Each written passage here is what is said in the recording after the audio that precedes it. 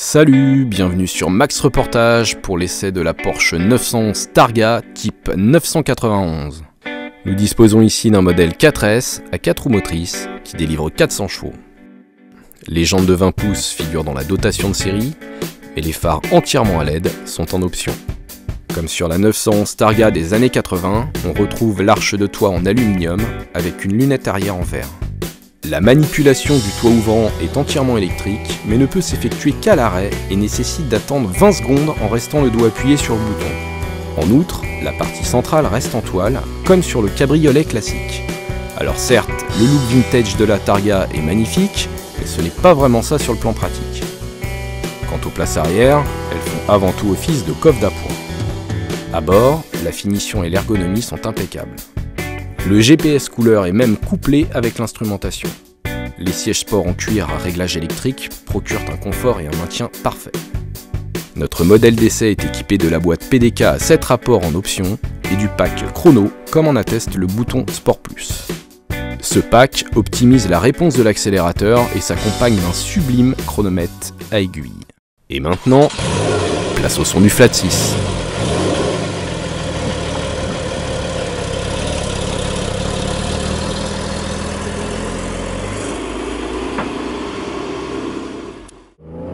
De l'hôtel.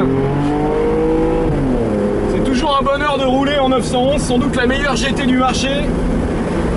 En tout cas la plus homogène, la plus confortable et la plus sobre, ce qui fait beaucoup de qualité quand même. Donc là je mets les watts en mode Sport Plus et on passe d'une voiture civilisée à une bête sauvage.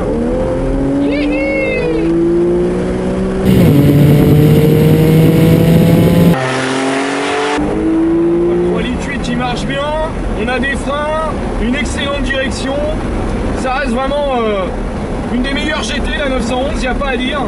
Donc quand on a les vitres baissées, on a quand même pas mal de remous d'air, ça se voit pas parce que j'ai pas de cheveux. Et là quand je les remonte, les vitres, hop, vous entendez, j'ai des turbulences, comme si vous étiez dans votre voiture et que vous ouvriez que la vitre arrière. Alors on a un petit saut de vent ici, mais même quand on le met, les turbulences continuent. C'est surtout sensible entre 60 et 70, au-delà ça s'estompe. Donc on a 40 kg de plus que le cabriolet et 110 kg de plus que le coupé. Et en plus, on ne peut pas capoter et décapoter en roulant.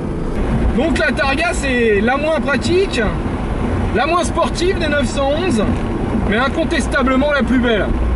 Allez, à bientôt sur Max Reportage.